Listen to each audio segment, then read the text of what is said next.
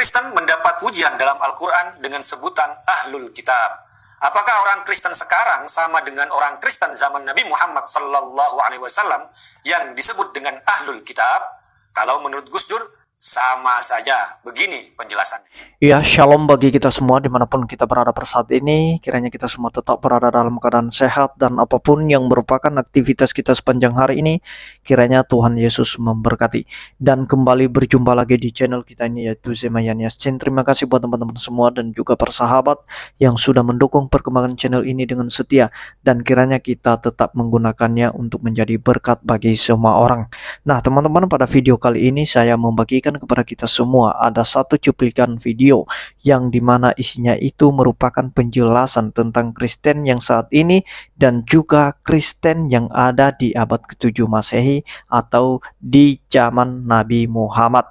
Dan penjelasan ini disampaikan oleh saudara kita Guntur Romli, di mana tentu saja mengarah kepada nuansa toleransi supaya kita saling menghargai, saling menghormati.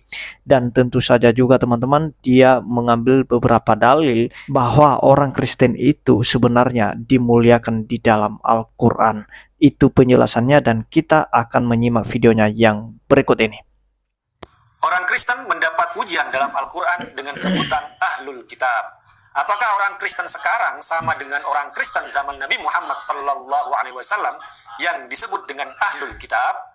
Kalau menurut Gus Dur, sama saja. Begini penjelasannya. Orang Kristen artinya pengikut Kristus yang diurapi. Al-Masih kalau dalam bahasa Arab. Karena itu orang Kristen di negara Arab saat ini disebut sebagai Al-Masihi, yang artinya orang Kristen pengikut Kristus. Sedangkan kata Nasara yang dipakai dalam Al-Quran merujuk pada Nazaret. Dalam bahasa Arab disebut An-Nasirah. Karena itu, selain gelar Al-Masih alias Kristus, Yesus juga dijuluki An-Nasiri, artinya orang dari Nazaret, Yesus An-Nasiri. Nasara adalah bentuk jamak dari Nasrani, yang artinya pengikut Yesus dari Nazaret. Sementara An-Nasraniyah adalah ajaran yang dinisbatkan kepada Yesus dari Nazaret. Bagi umat Kristen di Arab saat ini sangat enggan disebut sebagai Nasrani. Mereka lebih suka disebut Masehi atau pengikut Al-Masih, pengikut Kristus. Istilah Nasrani bagi orang Kristen Arab sebenarnya lebih pada sebutan pejoratif karena lebih menisbatkan Yesus sebagai orang Nazaret atau An-Nasiri, bukan sebagai Yesus Al-Masih, Sang Kristus, Mesias yang diurapi. Ketegangan orang Kristen Arab pada istilah Nasrani tidak kita temukan pada orang Kristen yang ada di Indonesia. Sahabat-sahabat saya, para pemuka agama Kristen, menyebut istilah Nasrani yang merujuk pada Yesus dari Nazaret merupakan istilah yang tidak masalah. Dipakai juga dalam Alkitab serta dianggap sebagai penggenapan terhadap nubuat bahwa Yesus adalah Sang Mesias. Dalam Matius 2 ayat 23 disebutkan, setibanya di sana ia pun tinggal di sebuah kota yang bernama Nazaret. Hal itu terjadi supaya genaplah firman yang disampaikan oleh nabi-nabi bahwa ia akan disebut orang Nazaret. Nazaret dalam bahasa Ibrani berarti tunas atau taruk yang tumbuh. Natsiri dalam bahasa Ibrani atau An-Nasiri dalam bahasa Arab artinya bisa orang dari Nazaret atau sang tunas.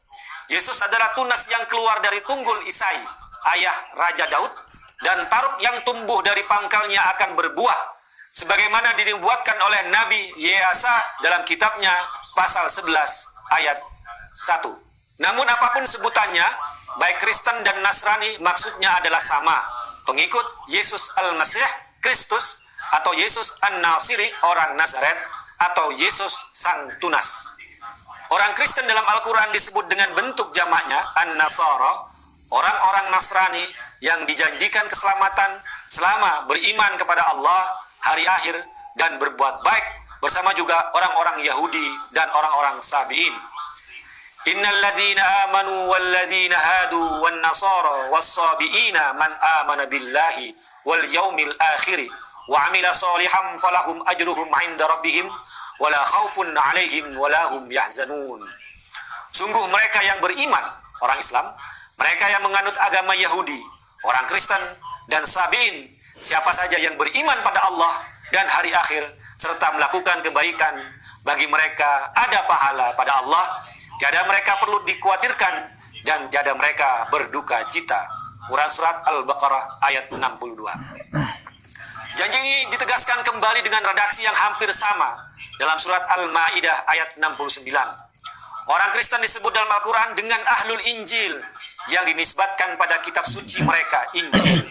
Al-Quran juga menegaskan Injil sebagai petunjuk dan cahaya, hudan wa nur, dan penguat, musaddiq, terhadap ajaran Taurat, serta suatu petunjuk dan peringatan bagi orang yang bertakwa. Wa atainahul injila fihi hudan wa nurun wa musaddiqan lima baina yadayhi minat taurati wa hudan wa mau'idatan lil muttaqin. Dan kami berikan kepadanya Isa ibnu Maryam Injil yang mengandung petunjuk dan cahaya, dan untuk menguatkan Taurat yang datang sebelumnya, suatu petunjuk dan peringatan bagi orang yang bertakwa. Quran Surat Al-Ma'idah ayat 46. Kemudian kaum Kristen yang disebut dengan istilah Ahlul Injil diperintahkan untuk mempraktekkan hukum Injil, bukan hukum Al-Quran. Wal yahkum ahlul injili bima anzalallahu fi.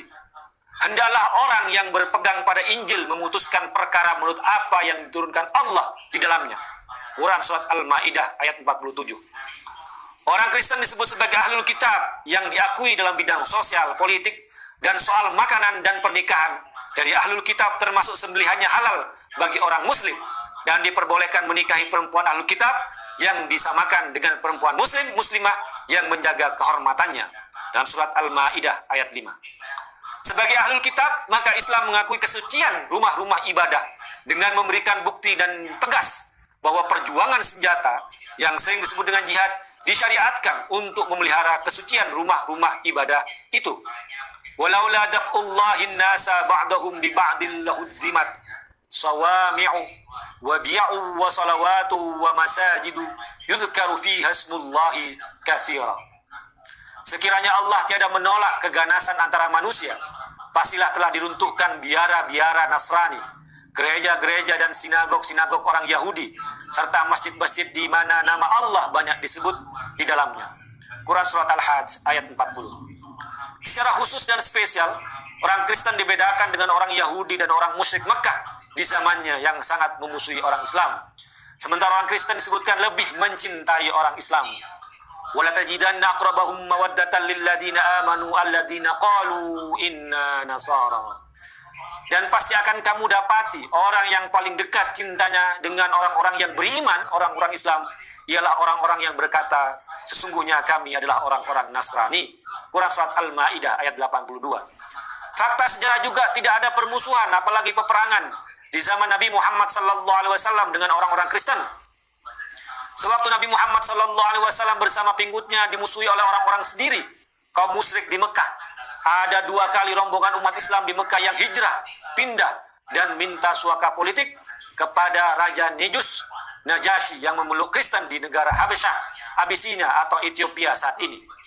Rombongan pertama dipimpin oleh menantu Nabi Sayyidina Utsman bin Affan dan istrinya, putri Nabi Sayyidah Ruqayyah radhiyallahu anhuma. Rombongan kedua dipimpin oleh sepupu Nabi Sayyidina Ja'far bin Abi Thalib radhiyallahu anhu. Ketika orang-orang musyrik Mekah mengejar untuk mengambil mereka, Raja Najasyi yang Kristen menolak dan mengusir orang-orang musyrik Mekah serta memberikan perlindungan kepada umat Islam karena tersentuh ajaran Islam, karena memiliki surat khusus terkait Bunda Yesus, yaitu surat Maria. Kemudian ada utusan orang Kristen dari Najran yang mendatangi Nabi Muhammad SAW di Madinah. Saat mereka akan kebaktian, dipersilahkan kebaktian di dalam Masjid Nabawi di Madinah. Apakah orang Nasrani, orang Kristen yang disebutkan oleh ayat-ayat Al-Quran tadi sama dengan orang-orang Kristen sekarang? Nah, jadi itu dia videonya teman-teman. Kita sudah mendengarkan bagaimana penjelasan saudara kita Guntur Romley tentang Kristen yang saat ini dan juga Kristen yang ada di abad ke-7 Masehi. Nah, teman-teman, kalau Kristen yang ada sekarang ini tentu saja sama dengan Kristen yang ada di zaman abad ke-7 itu Masehi, dan juga bahkan di zaman para rasul seperti Rasul Paulus tentu saja Kristennya juga sama, karena Kristen pada saat itu dan Kristen yang saat ini tetap saja meyakini satu Allah, yaitu Allah yang telah inkarnasi di dalam Yesus Kristus. Dan sekalipun penjelasan dari saudara Guntur Romli ada yang beberapa hal yang perlu diperbaiki di situ, seperti masalah Allah yang disembah oleh orang Kristen dan saudara kita Muslim. Tentu saja kalau kita tinjau secara teologis itu berbeda sekali. Kalau Allah yang disembah oleh orang Kristen adalah Allah yang disembah oleh Abraham, Ishak, dan Yakub, dan dialah yang telah datang dalam rupa manusia. Sedangkan saudara kita Muslim tidak mengimani masalah inkarnasi Allah dalam rupa manusia. Itu saja perbedaan yang mungkin perlu diluruskan teman-teman, dan mungkin ada beberapa hal yang lain yang memang berbeda dengan penjelasan itu, dan kita akan percaya bahwa penjelasan ini tadi ini mengarah kepada nuansa toleransi, bagaimana kita harus saling menghargai, tidak membenci. Kenapa penjelasan ini muncul dari saudara Guntur Romli teman-teman? Karena dia melihat negeri kita begitu kacau karena masalah agama. Karena ada kelompok-kelompok tertentu yang mempersekusi gereja, menutup gereja, membubarkan ibadah. Bahkan ada beberapa oknum pejabat dari bupati sampai ke RT, bahkan juga ada wali kota yang terlibat dalam kasus mempersekusi gereja atau melarang pembangunan rumah ibadah bagi minoritas. Nah, itu sering terjadi, dan inilah penjelasan yang perlu didengar oleh mereka yang tidak mengerti sejarah, sehingga bisa kita saling menghormati, saling menghargai tanpa ada kebencian sama sekali. Seperti yang dia jelaskan tadi, di zaman Nabi mereka aja orang Kristen itu bisa ibadah di dalam masjid. Mereka minta izin. Nah, kalau sekarang ada kelompok-kelompok mereka untuk membubarkan ibadah, itu kan sudah melawan sejarah mereka itu sendiri dan menentang apa yang sudah terjadi di zaman Nabi mereka. Nah, itu yang seharusnya kita hormati, sejarah itu, kedamaian itu. Sekali lagi saya katakan, karena kedamaian itu di atas segalanya.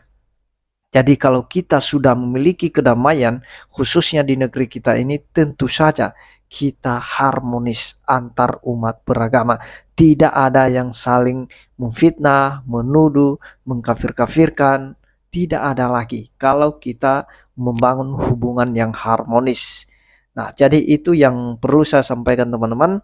Sekalipun kita berbeda keyakinan, sekalipun yang kita sembah adalah Allah yang berbeda, tetapi itu tidak mengubah kedamaian kita. Mari kita tetap ciptakan kedamaian sesuai dengan keyakinan kita masing-masing. Apa yang diajarkan di dalam agama kita, itulah yang kita amalkan bagi semua orang, supaya kita terlihat sebagai orang yang beragama, bukan hanya sebagai identitas saja atau status saja.